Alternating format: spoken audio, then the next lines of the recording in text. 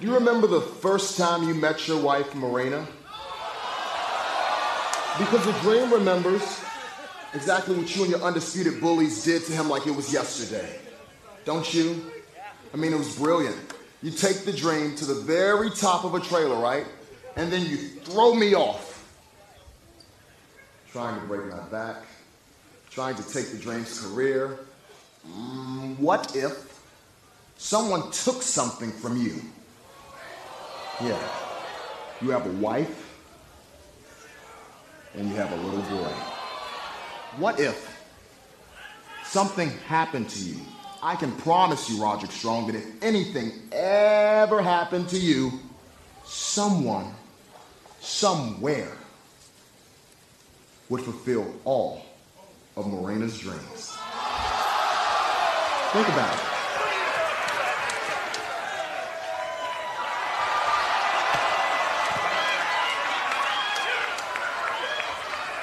What's up, everybody? Welcome back to the War Report, where we talk about men and women fighting each other to predetermined outcomes on a Wednesday night. I am your host, Murjani, and of course I'm always joined by Cyrus. Cyrus, what's going on? How you doing? That was a good intro. I'm feeling good. It's been a good and very eventful week in wrestling, from the last time we recorded. And we have a lot of stuff to talk about, including Takeover Portland. Yeah, Takeover Portland, rumor has it that it's on Sunday. A lot of people think it's on a Saturday. As you're listening to this, please do not try to watch it on Saturday. It will not be on. It's going to be on Sunday. For the plans you canceled and rescheduled for Sunday, you might want to switch it over. Well, I know that some people might have Valentine's Day plans, and if you're delaying them for, to watch Takeover on Saturday, do not do that. Take your boo out to Cheesecake Factory, Seasons 52, or an Applebee's if you like that. I know some people do like that. They have some good appetizers from what I hear. I've not been in a long time. But, maybe you're doing your Netflix and chill. Maybe you're doing something like that. But, just vibing at the crib, Vibing at the crib, you know what I mean? Maybe you're cooking something. Please don't burn it. Please, YouTube something. I can definitely speak this from experience. And try to make it before he or she comes over.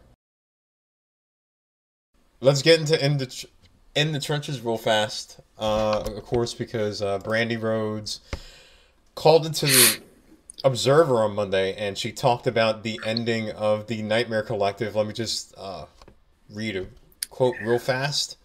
She said, "I think the big misconception in AEW made changes, that she'd made changes. Not at all. I did. 100%. Because if we were going to do something, I want to be happy with it, and I was not happy with it.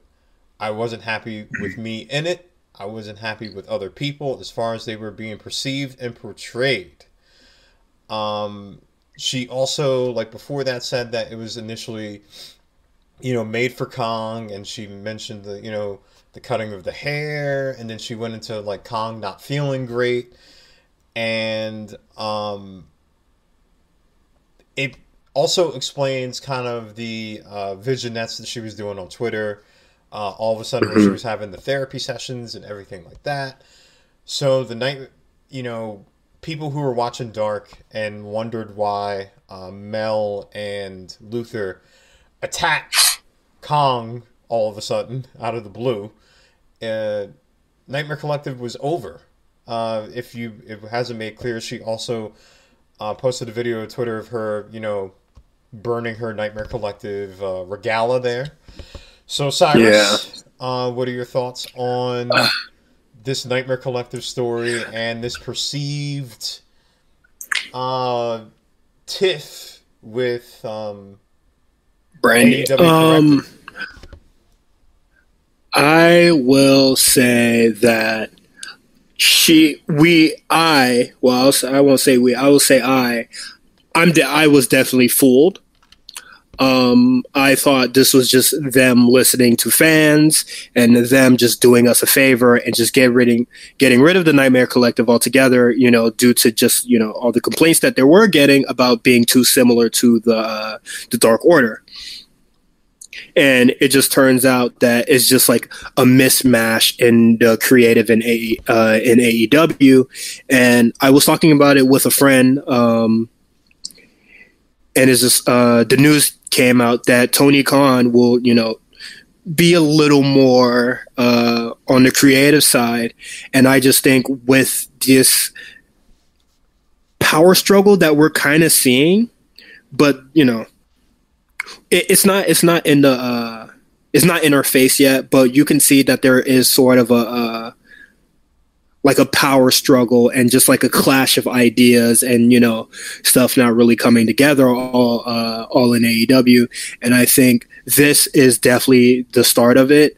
After we recorded the episode last week, I think a report or just somebody just said that like Kenny was a really part of the episode that week, or really in charge that week, and then therefore we saw a lot of Joshi wrestlers, and it was just like, that does make sense that like soon as Kenny takes control, we see a lot of these girls, these women, from these promotions that he is like from or like very familiar with, and it just makes me think like I think AEW creative needs to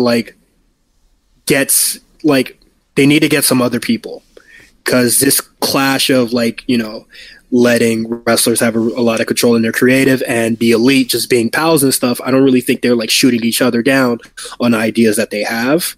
So I think they're going to need a third party. I think Tony Khan is that third party.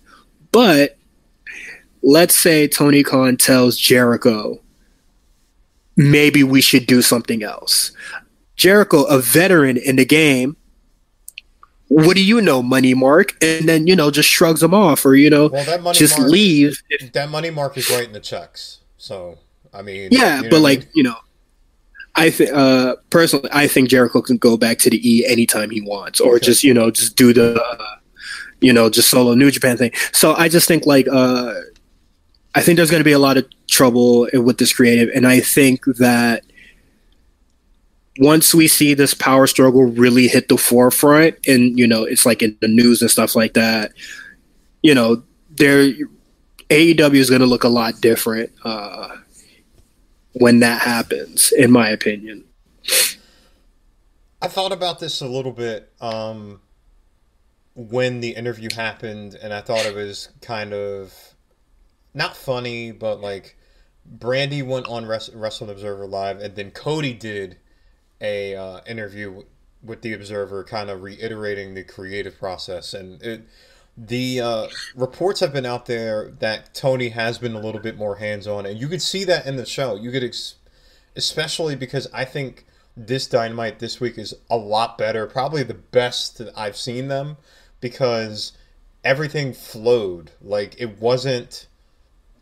And I don't know if it was because Cody wasn't on the show, and I'm not blaming him for any of the creative stuff, but like when you see Cody, his segments definitely feel different than they do on the show. Like you can tell that like different guys kind of book different things, but from what I've read, Tony Khan is very hands-on with kind of like the championship segments, the Hangman, Kenny thing that's been going on. Like, there's actual storylines and concrete things that are happening on the show, where it doesn't feel, when they first started, that it would feel like you were watching. They were trying to cater to too many people. Yeah, I felt like. Thinking about Brandi and what she said is, I think it was also kind of surprising for me, because if you looked at it at face value, you're like, okay, this is a Brandi vanity project. But she also said, like, I'm not a wrestler. I'm not really desiring to be a full-time wrestler. She's the CBO, so she can't do that. You know what I mean? Like, it would look really, really bad. And also, I think it kind of echoes the issues that a lot of people have with AEW's women's division. They are starting to try to flesh out more characters. Like you see Britt Baker have, more segments trying to get her heel character over. But I think it's really working. It is. I think it's working also, and I think it's a slow process. I think this was also a good call with the Nightmare Collective and ending it right away because, one, they were getting no fan reactions to it. That's really bad when you get go-away heat or no heat at all. And two, listening to this interview, you could tell that Brandi kind of wasn't into it. Like, even with her, like, go back and watch her promos and stuff like that. You could tell she wasn't into it. She was trying her hardest, but you can definitely tell that something was missing. And now I know why. Like, because this wasn't really what she wanted.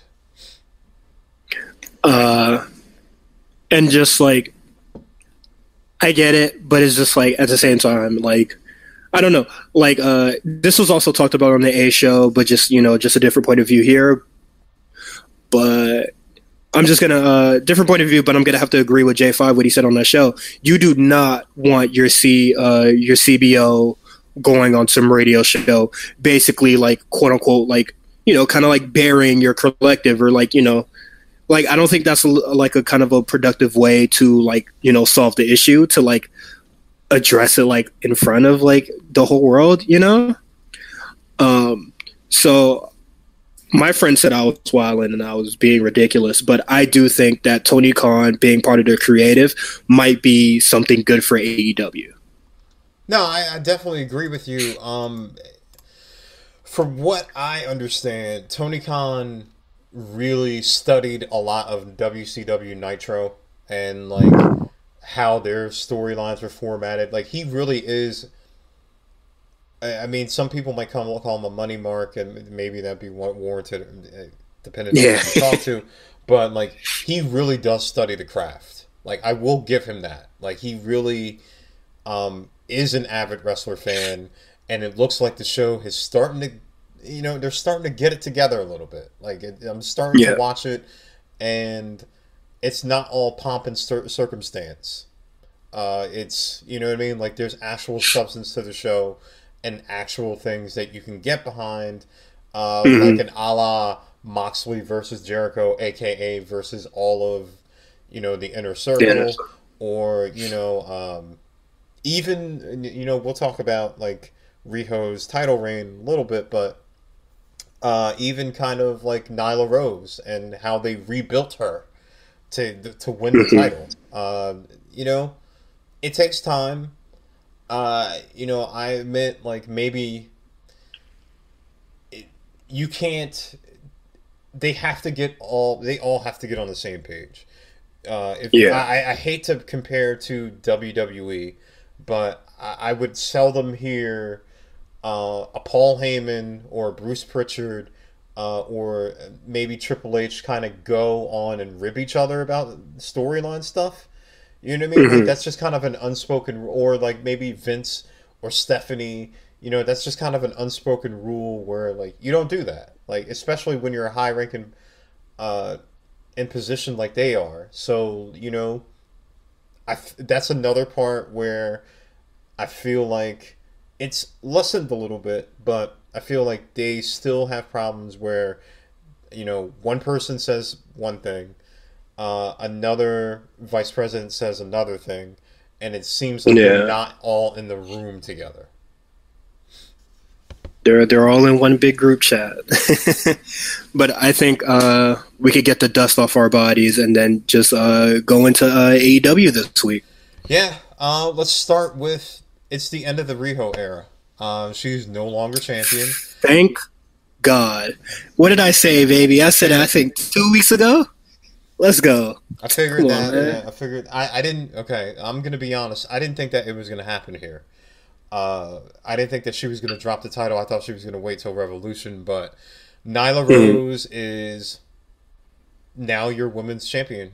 They've been, like I said, they've been building her slow. especially with the tables and her making her a monster again, which I felt like they flubbed on, especially with like that triple threat match way back when. Yeah, all is right in the world, man. Yeah. I don't know who call it was on creative to have her finally win it, but thank God. It's kind of weird to see, like the heel fight from under to like regain their title shot. Like, I don't think that happens fairly often. It's usually like the baby face gets beaten down, and you have to build them back up and stuff like that. But I'm okay with the reverse here. Nyla Rose finally wins it. My dreams come true. I thought there was a really good match between them too. I mean, they did a power spot with Riho. That's with the belly. I like that they kept them to a minimum. Yeah, but yeah, right. Like, she was going crazy their first match with those, and like they made it. They adjusted the booking here, which I will give them credit for, and made Nyla the monster. Not sell Riho. Any of it. Yeah. And that's what it should have been from the start. Like, Nyla Rose is shrugging off those forearm strikes that just doesn't look like they're impactful at all. And Riho does get, like, the kind of the second win thing, but then she's cut at the knees, and then Nyla Rose just like finishes the job. I thought this match was really good. Finally, a really good outcome. Cyrus booking comes true. Thank you, AEW. And I'm excited to see who's going to be next. I'll probably have to look at the rankings or like the new rankings that come out later this week. I'm not sure, but I'm excited to see what happens next. Yeah, I like the little thing in the back where a bulk of the women's division were there, like Big Swole and Chris Statlander and Britt Baker. She's like, she's like, nobody's going to celebrate with me. You know what I mean? Like, I like that. Like, they've established Nyla Rose as a dominant heel again. Thank God they did this. I love the backstage segment with Nyla Rose just being like, "Yo, where's my congratulations?" Yeah, that was really good. AOW has a new challenger this week. It was weird because they did a vignette. Basically, after Jericho does like a heavily hinted promo that obviously like is going to be Jeff Cobb in the inner circle, and again, just Jericho just blowing his load again, just like make it a surprise, Okay, just a little background on this. Jeff Cobb is not under contract with Ring of Honor. He did not sign an extension, so he's essentially a freelancer. From what I read before we got on, Jeff Cobb only has an agreement through next week with AEW. He's not signed the contract. So for what we know, the Jeff Cobb Moxley match that is scheduled for next week could be his only match in AEW. But then again, he's the hired gun of Chris Jericho. I think this will be a good pickup for AEW. No, they definitely need power guys, especially with the rumors that Matt Hardy can go there in March. Luke Harper. I like his work in New Japan. I really liked the Jeff Cobb Ospreay match that they had. He's agile. He's a big guy that can move around. I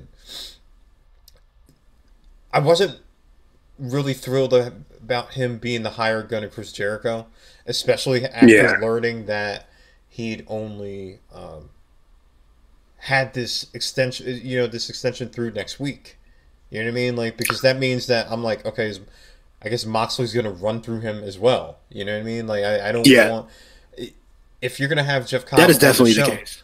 Yeah, if you're going to have Jeff Cobb on the show, like, I wouldn't have him lose. You know what I mean? Yeah, I have a problem with him being a hired gun because we already seen, like, the hired gun thing with MJF and Butcher and the Blade. Also, is just, like... Moxley has beaten up everybody in the Inner Circle except Jake Hager, who will have a match at Revolution. So they bring in a new guy for him to beat. And it's just like, you don't really have to do that. I think like they're a good pickup, but I'm not too fond of the position that he'll be put in come next week. Everybody's throwing dough around, man. Like Jericho's throwing dough to get outside Jeff Cobb. MJF is getting the Butcher and Blade. Like, yeah, just throwing dough around, and AEW to like hire some guys. I'm like, geez, like you need another hired gun to take out Moxley. Like you have 5 guys already. You know what I mean? Moxley already beat up all of them except Jake Hager. Yeah, it's just like how many more guys you need. You had a situation where you had the 5 of you, and then you have 5 random guys, and you couldn't take down Moxley. That's 10 people, and then now you're like, all right, I got to get Jeff Cobb to get this guy. Like, I don't get it, but hopefully Moxley brings it home because personally, I'm very tired of this feud. 2 more weeks, man. Like, because they have an interaction every week. Like, give me some space, like the Cody and MJF stuff. Like, there is no reason why Moxley should be like beating up somebody in the Inner Circle for 4 weeks straight now. Like, it don't make no sense to me. And then like 1 week he beat him in a brawl, and then he beat him again in the match, and it's just like, all right. He's taking out eyes too, and I wanted to kind of rope into JR speaking to Santana. This was very peculiar to me because I'm like, is Santana the face here? Because he's, telling the story about, him 10 years ago being in this dark place, and then about his father who was going blind. So it's correlating to him, Moxley taking out his eye. And I'm like, all right, who are they trying to put over here? Because, like, Moxley definitely comes off more heelish now. Because, like, now, like, Santana's telling, like, this... he very gave him, story.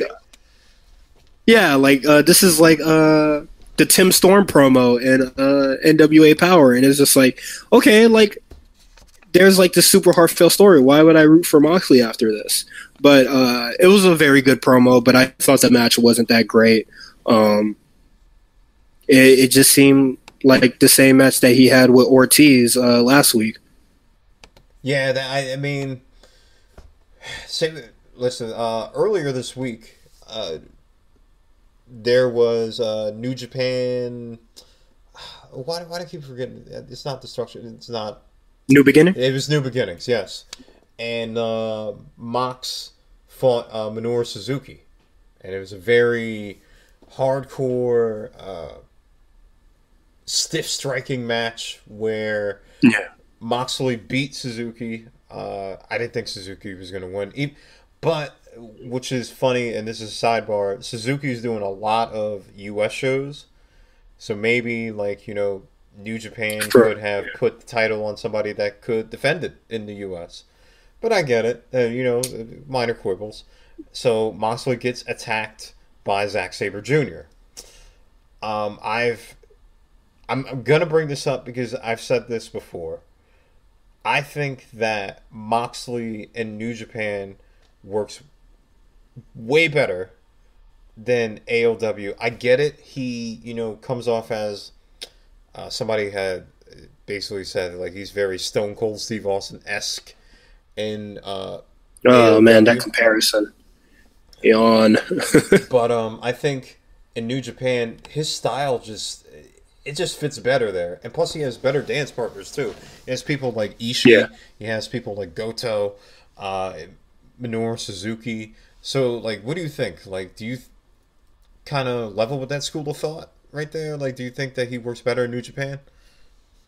Yeah, I think I said it before on the show. I definitely like his work in New Japan more. I liked some of his G1 matches. Like, his dance partners are definitely like much better. Like, everybody's infinitely better than Sammy Guevara or Pride and Powerful, especially in singles competition. Um, yeah, I think I definitely think he has more fun in New Japan. So I do think his New Japan work is much better than the AEW stuff. We'll see what happens after, once he gets some new dance partners. Because at this point, I'm pretty much tired of seeing him beat up the Inner Circle, and I just want him to take the title already. So we'll see after Revolution on how I feel about Moxley again, or come his next feud, whoever it may be. Yeah, I'm wondering what heels they throw his way afterwards, because it can't be this long thing. Like, if he wins the title, he can't, well, the Inner Circle's going after him again. I was like, we've already seen it. We've already seen him run through everybody. So, what's the fun of, seeing him versus Jake Hager or, even Sammy Guevara yet again? You know what I mean? Don't need it. No, I don't. I agree. So, let's talk about Britt Baker. She continues to mock Tony Schiavone. They questioned what happened with Yuka last week. She basically said that Yuka had ripped one of her teeth out. Nice little dentist nod there. And of course, she says that she's a role model with 2 degrees. I know Chris didn't like that. They basically bombarded that ALW tweet with Bailey gifts. So I think we're either week 3 or week 4 of Britt's promos. How are you feeling about Britt right now?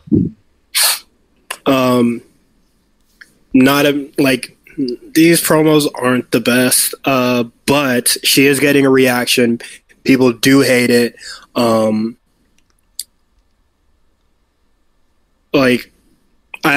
do like some stuff about it.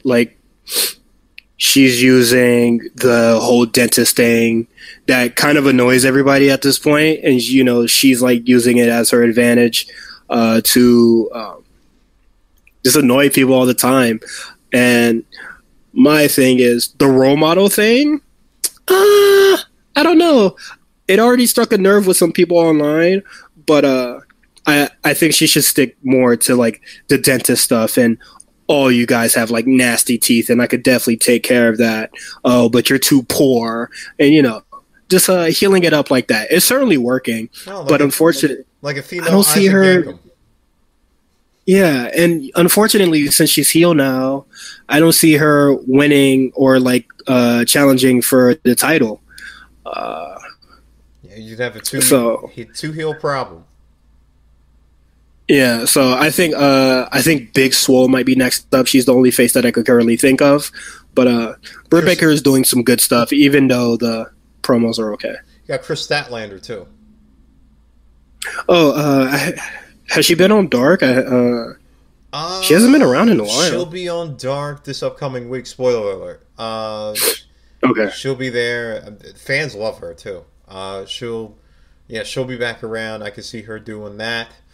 I like Britt with this heel thing. Not really sure where it's going, like you just said, because Nyla's now the champ, so I don't think you're going to have heel versus heel. What I mean? She keeps on harping on. You know what? You might as well lean into the dental thing. Why not? You know what I mean? Just go on. Say everybody has ugly teeth. Say everybody has gingivitis. Say everybody has bad breath. Pretty sure use some scientific term in a textbook and just blow people's mind, make people feel stupid. I think the dentist stuff is gonna obviously annoyed us for a really long time. So I definitely think it's gonna work to her advantage as a heel. To wrap some stuff up. So next week we got steel cage match. Cody versus Wardlow. Finally see Wardlow in the ring. He did kind of beat up the Jurassic Express. Sorry to Jungle Boy there. You also have the Lucha Brothers versus Omega and Hangman for the tag titles next week. Lucha Brothers get another shot. Another shot. I don't even know what to say. I don't either. I'm going to guess that they're going to lose. But, just spitballing here. They're probably going to take the L. And you also have a tag team battle royal with basically every tag team on the damn roster, including SEMA. He's coming back for a title shot at Revolution. I'm going to go ahead and say that I pretty much think the Young Bucks are going to win this. I got no predictions for the battle royale. It's going to be long, so I'm probably going to have to hit the fast forward on that match. But Revolution is like only a couple weeks away, and I think they could have held off the Lucha Brothers and versus Hangman Page and whatever for that show. I don't think it would have disappointed anybody. Yeah, I mean, like, the Lucha Brothers, man, like, I was so excited for them, like, going to somewhere, going to AEW. Yeah. And now they just seem like they're just any other tag team. It's crazy. Yeah. It's definitely sad. But I do see them as tag champs someday. Yeah. I definitely think, if not by the end of summer, fall, I'll say that. Yeah, I had no problem with that. Let's jump into NXT because we got to talk about a little bit about the show, and we got to give our damn predictions. So, Dream and Roderick Strong, man. Speaking of Valentine's Day, Velveteen Dream again up the disrespect. Not only does he have on the tights, "Call Me Up, Martina," he has on the tights not only Roddy, Martina, and Roddy's son. Yeah. That is his son Troy. That is ultimate disrespect. This man said, "I want your wife." That's wild. I just saw right now that some people are upset that Dream debuted this week. Last week, and he's not going to have a match on Takeover. There are 6, and I'm just like, there are 6 matches on the card already, man. I'm just like, the Portland card was already in the books before Velveteen even returned, and you're just going to shove that match in. Sorry, but the world got to move forward. I don't think a standard match is enough for this feud. I definitely think they should be taking it to like Tegan Nox and Dakota Kai level. Like they should probably have like a steel cage or like a street fight or something. I definitely think this is going to end up being a best of 3, and I think that in my prediction, Dream is going to get even more disrespectful, and he's going to probably ask for Roddy's wife to be on the line or something like that. Like, I just picture that. Lord, Marina in a Shark Tank. Yeah. He's gonna ask for Marina to be either in a cage or like, if I beat you, like, ringside, I get Marina to be to go out to dinner and something. Like, we've seen that in the Attitude Era, right? Right? My God! Remember like Goldust and Marlena? I could imagine. Goldust lost, and he lost Marlena. I think that might happen here. I don't know, but listen, you have live TV. You can't burn every single match onto Takeover Portland. I think that this is going to be a feud. First of all, you don't need a title for it. Second of all, you need something to carry them through to Tampa. So, like you said, next week is not going to be the only match that they fight. It's going to be some crazy stipulation, and they're going to have, their once and for all match at Takeover Tampa, I think. Yeah. And definitely don't have an issue with that. It sucks that this is like it's most likely going to be a non-title match, but I think after Velveteen wins this feud, he definitely will be challenging Keith Lee, or I think he should challenge Keith Lee to win back his North American Championship.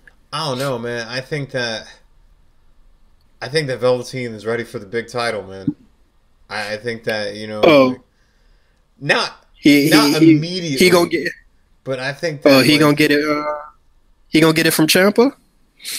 Oh, okay. So early prediction that you think Ciampa's gonna win. Yeah, I definitely think Ciampa's gonna take it. Okay, that's pretty interesting. I'm gonna ask overall. Do you think that this go home show created really big hype for Takeover Portland? Yeah, absolutely.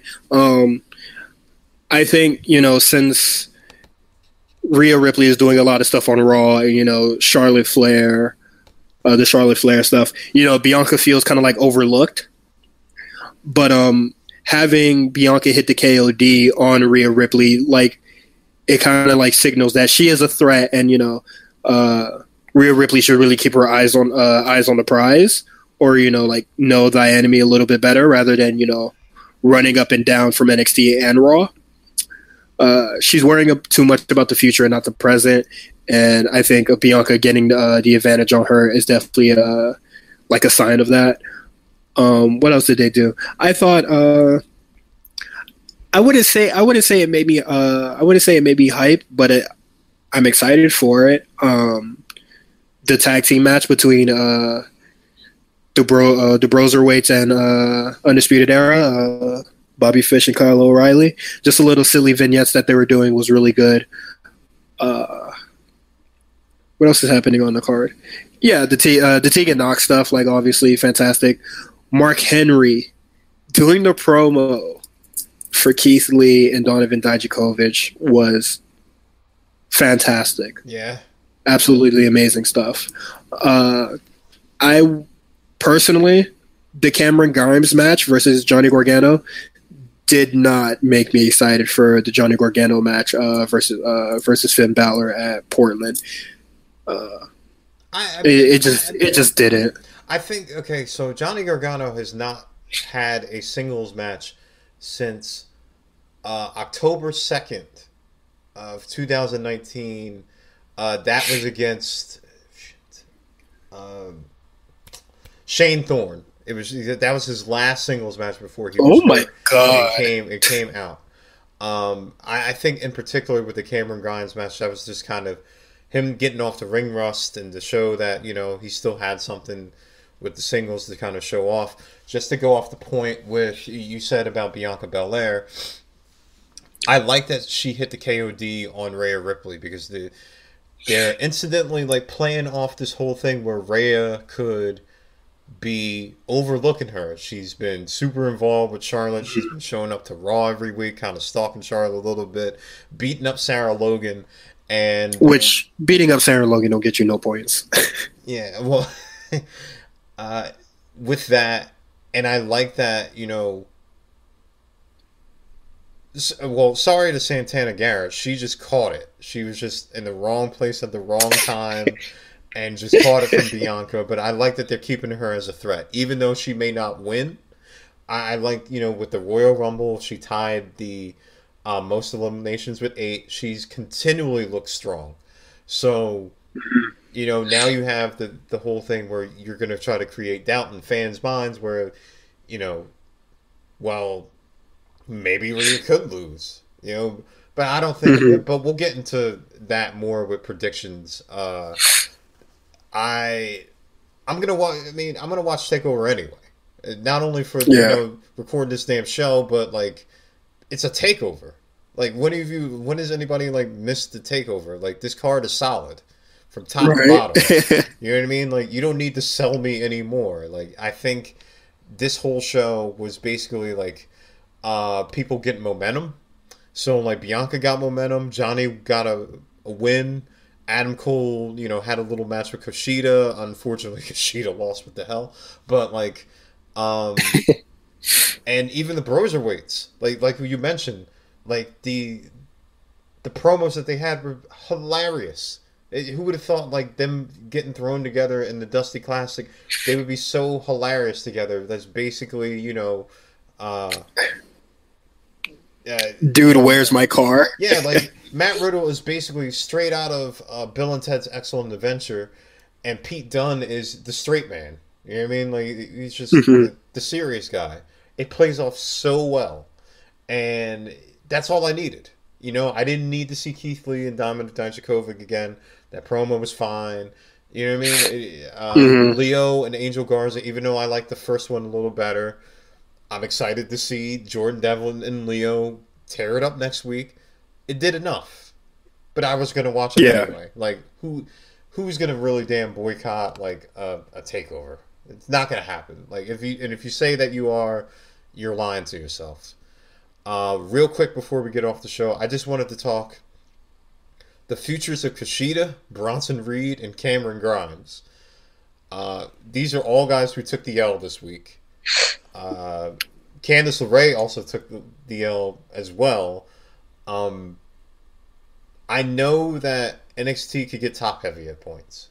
You know what I mean? Like, there's just so much damn talent, and we don't really know what post-Mania NXT is going to look like. So, like, what do you think? Like, are you disappointed with how Kushida's been used?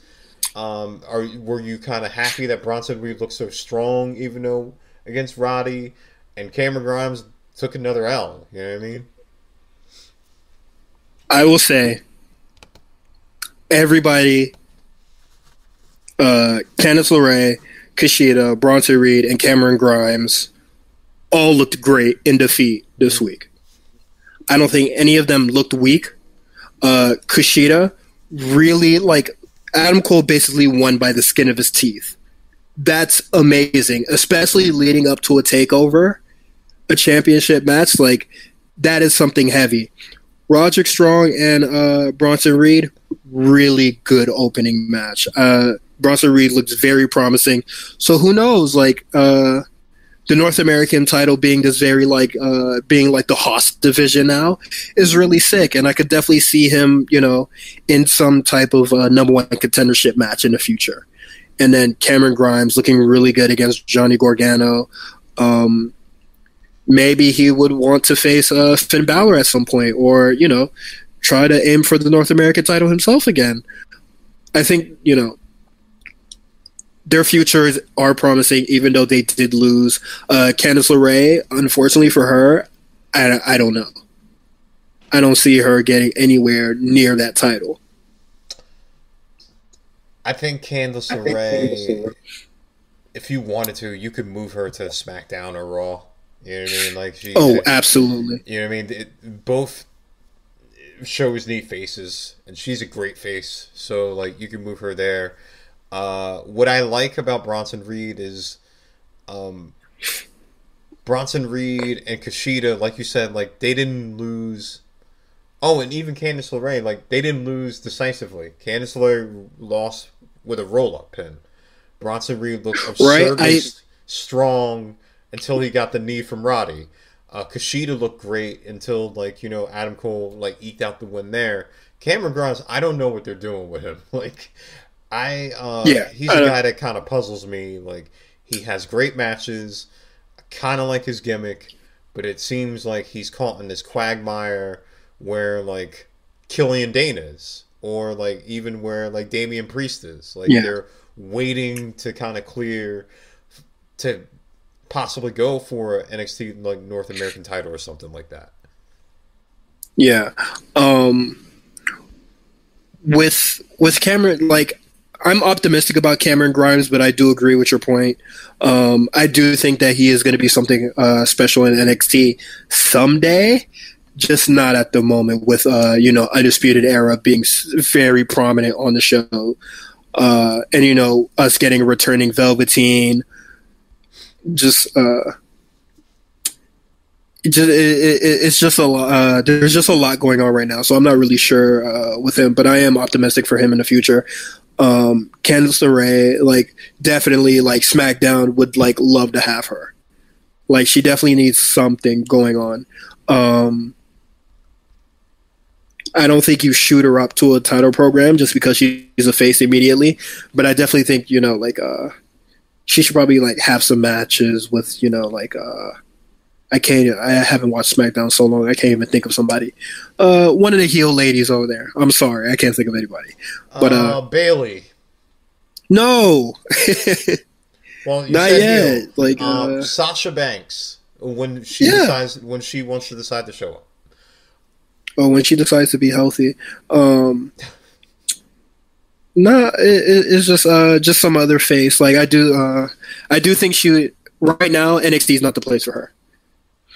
Yeah, I don't think with especially with Rhea being the face, kind of like the stuff that's happening with AEW with Nyla Rose and Britt Baker. Like those two are not going to see each other, and then like Rhea Ripley and Candice LeRae, they're not going to see each other. Yeah, and I kind of don't want Candice to kind of be stuck in this whole like in between with Dakota and Tegan Knox. Yeah, she's Tegan Knox's literally filler sister. You know what I mean? Like, you know what I mean? I don't want that just to be the thing for her. So like, move her to SmackDown. Like, yeah, Candice LeRae didn't need to. Honestly, she didn't really need. They didn't really need to have the match. I think they could have just did like a video package or something. But the match was good, nonetheless. Let's get into these Takeover Portland predictions, man. Let's start off with Rhea Ripley versus Bianca Belair for the NXT Women's Championship. Who do you have? Bianca Belair. She's my favorite. I love her. I would love to see her win. I would like to see how that shakes up Mania, like the Mania card, or just NXT in general and Raw with the Rhea Ripley and Charlotte stuff. I think it would be something fantastic, and I just think she's a very talented wrestler. I think everybody should go listen to her Chasing Glory episode. Bianca has overcome like so much. She's so charismatic. She's hardworking. I have said this in the past. She's the total package, man. She's going to wherever she goes. She's going to be a star. She just is. Yeah. I'm also going to go with Bianca Belair just because I like chaos. She did say that she wants to fight Charlotte. That's one of her dream matches. And, maybe you could have a triple threat between Bianca, Rhea, and Charlotte at WrestleMania. Why not, I'm going to go with Bianca. I really want her to see her. I know Rhea, she deserves her moment. She's had her moment. I don't know if they're going to have another long title reign with the Women's Championship like they've known to have, like with Asuka, like with Shayna Baszler. But I would love to see Bianca have it. I would love to see Bianca just have a damn title. I mean, like... Right? Just one run, Moving on, Finn Balor and Johnny Gargano. Balor. Johnny Gargano is a Triple Crown champion in NXT. I don't think he needs anything. Give it to Balor so he can eventually, do something else at some point. Johnny Gargano doesn't need this win. I think I'm going to have to go with Balor too because Johnny Gargano, like you said, has done everything in NXT. Finn Balor is still on a hot streak. I think he's going to eventually go after that title. If Johnny Gargano loses here in an amazing match, which I think this is going to be, show stealer. It's not going to hurt him. You know what I mean? Like Johnny losing is not going to hurt him. I think Finn Balor wins it here. I agree with you too. It looks like we're 2 for 2. So moving on, Fish and O'Reilly versus the Broserweights for the NXT Tag Team titles. I'm going to go ahead and say that the Broserweights are going to win. It's time for Fish and O'Reilly, 2-time champions, great champions. We've said this previous times. It's time for the Undisputed Era to kind of loosen their grip on NXT and start looking to move on post-Mania. I know SmackDown's a calling. Broserweights are great. Would love to see them have a little bit of a run with the NXT tag titles. I think that this is where Fish and O'Reilly lose it. This is a terrible prediction show because I agree. I don't like. Hey, a prediction show where like both hosts just like have the same idea of you. Great minds think alike, but yeah, I'm inclined to agree. Like Undisputed Era has, prevented a lot of people from winning the title, or, just really, like, I don't want to say clogged up the division, but, stuff has been kind of stagnant just a little bit in the tag division. So the Bruiserweights winning here would be great. And if the Revival decides if they ever want to re-sign, just send them back to NXT for the Bruiserweights. I mean, with them, they love it in NXT, so I wouldn't be mad. I don't think they would be mad about it. I think their best run was in NXT. I just think that they have more aspirations on be the elite than staying in the WWE. Well, guess what? Being the elite don't got an extra zero on that check, so we gonna see. Dakota Kai and Tegan Nox in a street fight. Dakota Kai. God damn it! Like, I kind of want to say Tegan Nox. She's not gonna. This is going classic 50-50 booking. I think Dakota Kai has to get the win. They're gonna brutalize each other though. I don't know if they're gonna get quite death matchy for you. You know what? Never. I don't know, because Dakota Kai definitely busted Candice's nose this week. Oh yeah, she did do that. Yeah, that looked really bad. But no, I would. I need to see that violence. The ladies really need to bring it. This doesn't need to be like a standard street fight. Like, I want to see it. Like, I want to see some damn tables. I want to see some blood. I'm sorry, guys, but I want to see some. I want to see blood sport. Damn it. I think you could count Tegan setting up a table and trying to crash through Dakota with it. I think that's going to happen at least once during the match. I need two tables max. 2 tables max. That's all I'm asking for. And honestly, like, I think once I don't know. Definitely depending on who wins, like, the women's championship will, like, kind of reflect my view on who will win this match. And I wouldn't be mad if they did heel versus heel with Bianca Belair and Dakota Kai, because Dakota Kai is a little more, like, malicious than Bianca Belair is. I think Bianca could be a little bit more of a tweener. Yeah. I think that she definitely could be a little bit more of a tweener. I wouldn't oppose. I would love to see the match. Yeah, that would be fun. Because Dakota Kai has got a real damn mean streak going on. Yeah, she gonna kill Tegan Nox out there, and I can't wait to see it. It's gonna be great. Busting noses and yeah. Oh, I guess watch out, Tegan. Keith Lee versus Dominic Dijakovic for the NXT North American Championship. Keith Lee, man. There ain't no damn way Dijakovic's winning this. I'm sorry. You think they are not gonna take the title off Keith Lee so soon? That's insane. If anything, there might be interference. Like Damian Priest, or maybe a certain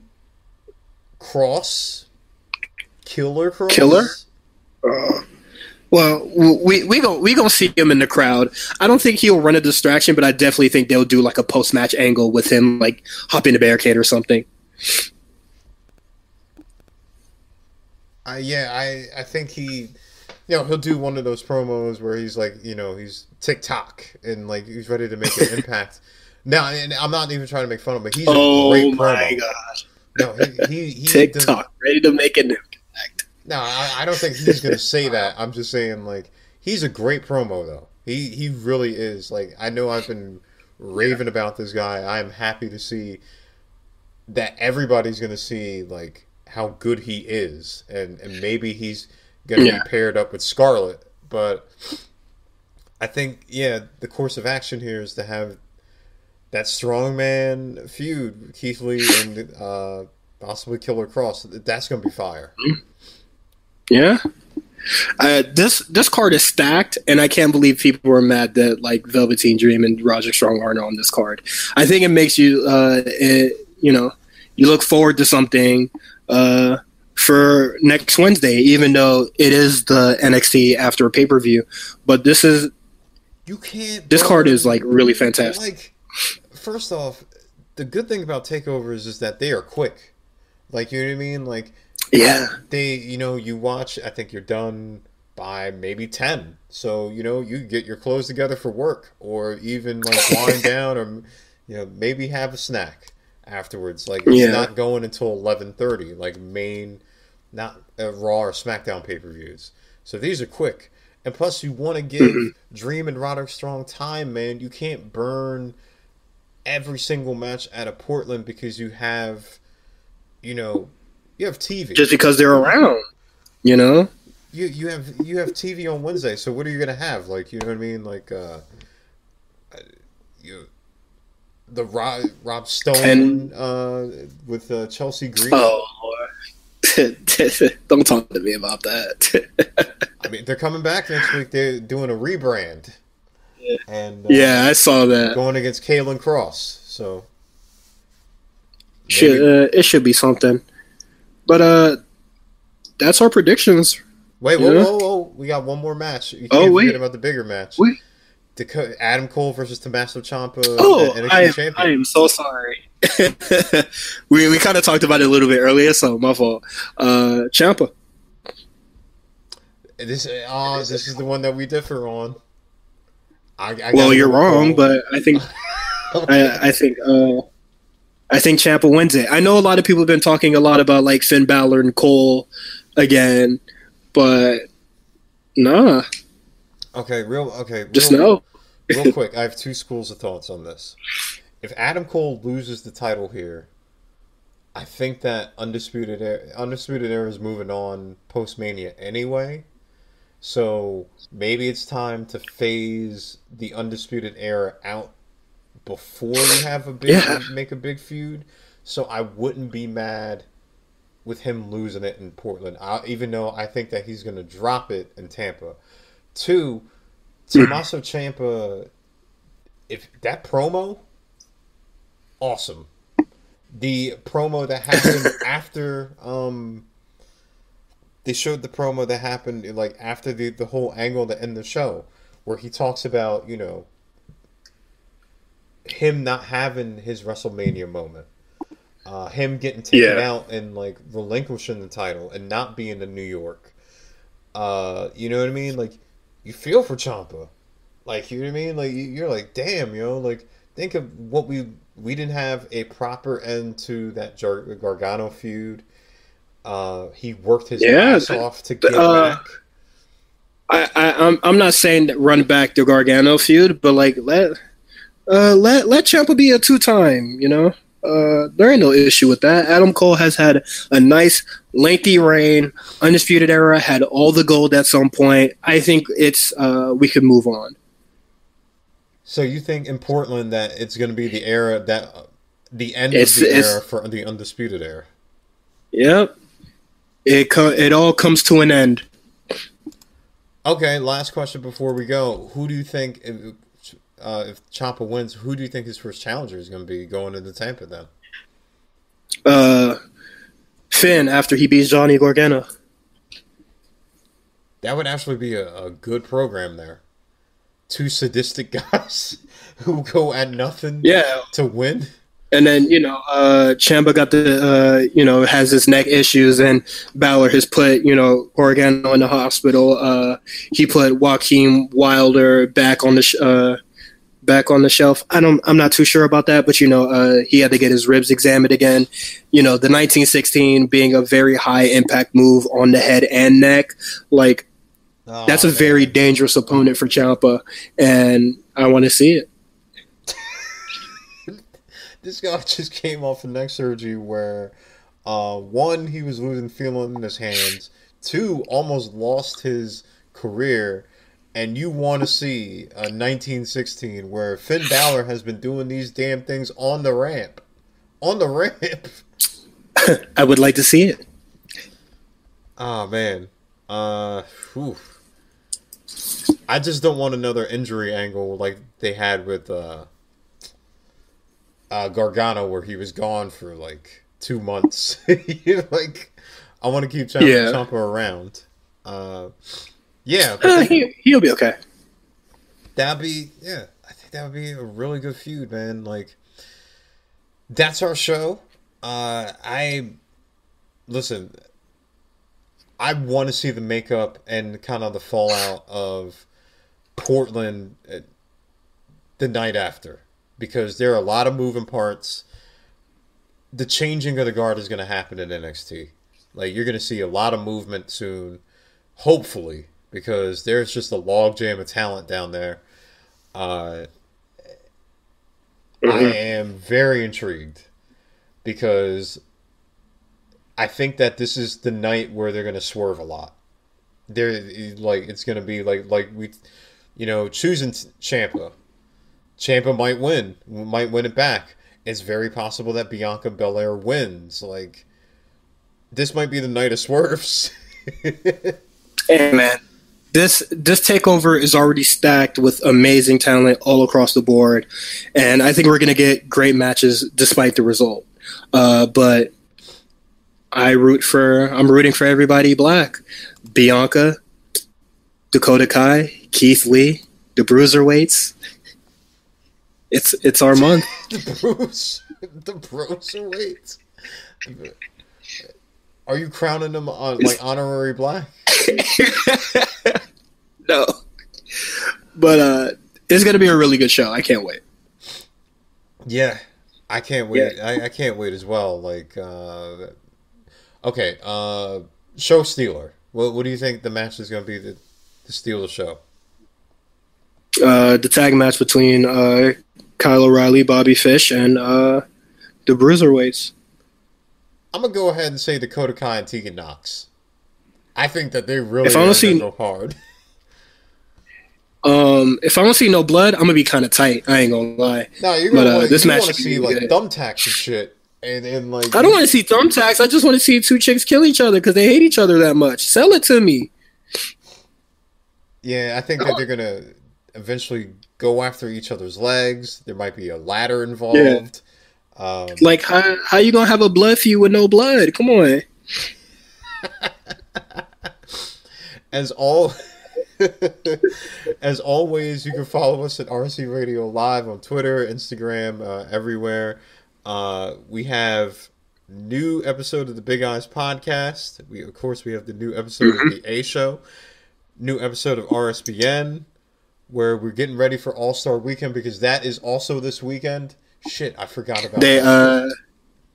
They also talked about the XFL, which I am a big fan of already. It's pretty dope. St. Louis Battlehawks. Where y'all boys at? Hey, we glitter engage, baby. Why did you choose? You live in Miami. Why did you choose St. Louis? So one, we don't have a Miami team, duh. And then two, I think the Battlehawks have the coolest logo, so that's why I chose them. Well, you better talk to Vince McMahon and get some expansion going next season. I ain't gonna lie. When I saw that the Battlehawks was losing, I was thinking about deleting them tweets real quick. But when I saw them scoring them touchdowns, I was just like, yes. The first time I've been into football for a really long time and the team I choose wins? Come on. This is lit. I think Vince McMahon did the right thing, and like with the new rules and like making it really entertaining and making the game fast too. Yes, that's honestly that is the massive appeal that the XFL brings, is that it's fairly quick. Games ain't taking 3 hours and 30 minutes. You know what I mean?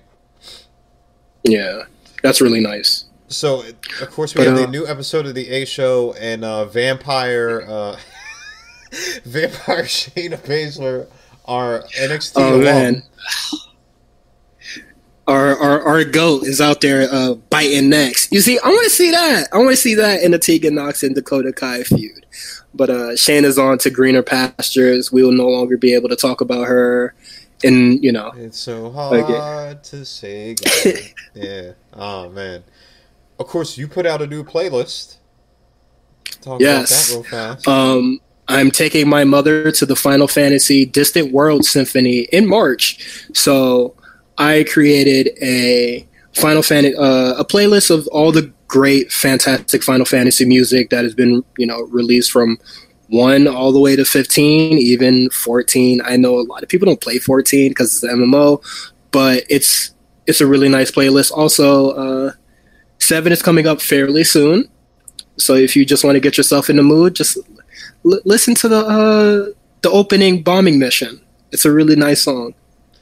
Shout out to One Wing Angel and Sephiroth. Yeah, it's on there. I got all the hits on there. All the nice Final Fantasy VII songs are all over it, and I can't wait to take my mother to the symphony. She doesn't know it's Final Fantasy related. She just thinks we're going to a regular symphony.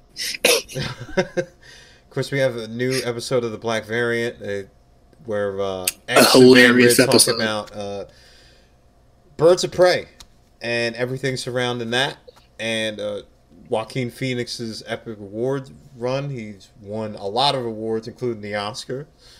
And last but not least, The Lookout. The Lookout has its own branch in RNC Radio, so follow it at The Lookout RNC on Twitter. It's really dope. There's a preview episode also too, right? Yes, they have a direct themed after the Nintendo Direct. They just basically talk about the move to a new branch and all the stuff that they will be doing in the near future. This summer at Kami House, just different things that they're going to be going on in there. And if Meals or Jeffrey are listening to this right now, I would love to talk about Yu-Gi-Oh! I just want to tell everybody how big of a loser Kaiba actually is. I'm going to tell the truth. Yeah, so that's it. Enjoy your Valentine's Day weekend, whether you're single, where you're spending with somebody. You got All-Star Weekend, you got NXT TakeOver. Yeah. A lot going on this weekend. Maybe you could watch TakeOver with your boo if she's into that. Yeah, or, force her to do it. Yeah, it don't matter. It's like, hey, boo, yeah, that's Finn Balor, and then that's Johnny Gargano, and then, you know what I mean? Like, and they hate each other, so they... Yeah, so everybody have fun this weekend, and the next will be... Wow, messed that up. Have fun this weekend, and we'll be back next week.